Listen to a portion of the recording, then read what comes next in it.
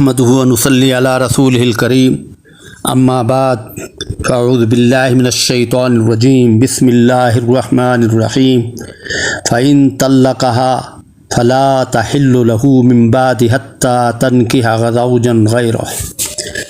آج مسلمانوں کی کثیر تعداد دینی تعلیم سے بے بہرہ ہے۔ طیش و غضب کی حالت میں اکٹھی 3 طلاقیں دے دینے کے بعد اسے جن مشکلات کا سامنا کرنا پڑتا ہے، گھر کی ویرانی و بربادی، بچوں کی آہ و بقا اور کف افسوس پر بیوی کو واپس لانے کے مختلف تدابیر اور حیلے سوچتا ہے۔ غیرت و حمیت اور خوف خدا سے عاری مفتی صاحبان مروجہ حلالہ کی راہ دکھاتے ہیں۔ مخالفین اسلام کے لیے دین اسلام کی تضحیق اور اس پر حرف زنی کا موقع فراہم کرنے کے علاوہ شرم و حیا، غیرت و حمیت، عورت کی پاک دامنی، عفت و پاکیزگی اور حرمت کو بالائے طاق رکھ کر مروجہ حلالے کی اس ملعون اور حرام فعل کا ارتکاب کرتے ہیں، جس میں خالصاً عارضی نکاح اور مشروط نکاح کر کے عورت کی عزت و عصمت و ناموس کو 1 یا 2 دن کی شرط لگا کر لوٹا جاتا ہے، جس میں دہمی نکاح کا تصور تک نہیں ہوتا۔ بالکل خالصاً عارضی اور ہنگامی نکاح کر کے حتیٰ تنکح زوجا غیرہ پر عمل ظاہر کیا جاتا ہے۔ اسلام میں کوئی حلال و مباح فعل بحث لعنت و باطل اور مستحق کے سزا نہیں ہو سکتا۔ حلالے کی یہ ملعون شکل معاشرے کے اندر جنسی بہرا روی کا بہت بڑا ذریعہ ہے۔ شریعت میں جس تحلیل کا اعتبار ہے وہ یہ ہے کہ پہلے شوہر کے طلاق مغلظہ یعنی 3 طلاقیں دے دینے کے بعد عورت کسی دوسرے شخص سے بالکل اسی طرح بسنے کی نیت سے نکاح کرے جیسے اس نے پہلے خاوند کے ساتھ کیا تھا، یعنی دائمی نکاح کی نیت سے شادی کرے، اس کی صحبت سے ہمکنار ہو اور اس کے ساتھ حسن معاشرت سے اپنی زندگی بسر کرے۔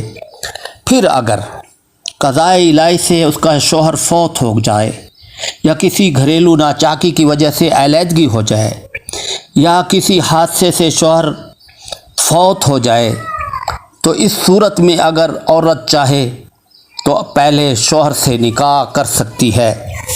مروجہ حلالہ جو غیرت و حمیت اور خوف خدا سے عاری مفتی صاحبان چند ٹکوں کی خاطر حیلہ سازی کرتے ہوئے عورت کی پاک دامنی، عفت و حرمت کو بالائے طاق رکھتے ہوئے مروجہ حلالہ کی اس حرام فعل کا ارتکاب کرتے ہیں، جس کے متعلق ابن ماجہ میں حضرت عقبہ بن عامر فرماتے ہیں کہ رسول اللہ صلی اللہ علیہ وسلم نے ارشاد فرمایا: الا اخبرکم بالتیس المستعار؟ قالوا بلی یا رسول اللہ، قال هو المحلل لعن اللہ المحلل ومحلل له۔ فرمایا کیا میں تمہیں کرائے کے سانڈ کے متعلق نہ بتاؤں کہ وہ کون ہوتا ہے؟ صحابہ کرام رضوان اللہ اجمعین نے عرض کی، جی ہاں بتائیے اے اللہ کے رسول۔ فرمایا یا وہ حلالہ کرنے والا ہے، اللہ تعالیٰ نے حلالہ کرنے والے اور حلالہ کروانے والے دونوں پر لعنت فرمائی ہے۔ سیدنا حضرت عمر فاروق فرماتے ہیں: لَأُوتَى بِمُحَلٍّ وَبَلَا بِمُحَلَّلَتِ إِلَّا رَجَمْتُهُمَا۔ آپ نے ارشاد فرمایا میرے پاس جو بھی حلالہ کرنے والا مرد اور جس کے لیے حلالہ کیا گیا ہو لایا جائے گا تو میں ان دونوں کو سنسار کروں گا۔ یعنی حضرت عمر فاروق نے مروجہ حلالہ کو زنا قرار دیا ہے۔ سیدنا حضرت عثمان غنی کے نزدیک حلالہ زنا ہے۔ روح المعانی جلد اول میں تحریر ہے کہ سیدنا حضرت عثمان غنی کے سامنے ایک ایسا مقدمہ پیش کیا گیا جس میں ایک شخص نے کسی عورت سے اس کے سابق شوہر کے لیے حلالہ کے طور پر نکاح کیا تھا۔ حضرت عثمان غنی نے حکم دیا کہ ان دونوں کے درمیان علیحدگی کرو، یہ نکاح نہیں زنا ہے۔ سیدنا حضرت ابن عباس کا فتویٰ ہے۔ امام بہقی نے نقل کیا ہے کہ ایک شخص نے حضرت ابن عباس سے اس شخص کے بارے میں سوال کیا جس نے اپنی بیوی کو طلاق دے دی، اگر کوئی شخص اس کی بیوی کو اس کے لیے حلال کر دے تو آپ کا فتویٰ کیا ہے؟ آپ نے فرمایا من یخادع اللہ یخدعہ، جو اللہ تعالیٰ کے ساتھ چال بازی کرے گا تو اللہ تعالیٰ اس کی چال بازی کو ناکام کر دے گا اور دنیا آخرت میں خسارے میں ہوگا۔ حضرت ابن مسعود فرماتے ہیں لعن رسول اللہ صلی اللہ علیہ وسلم والمحلل لہ، جس فعل پر اللہ اور اس کے رسول نے لعنت فرمائی ہو وہ باطل ہے، وہ کیسے حلال یا جائز ہو سکتی ہے؟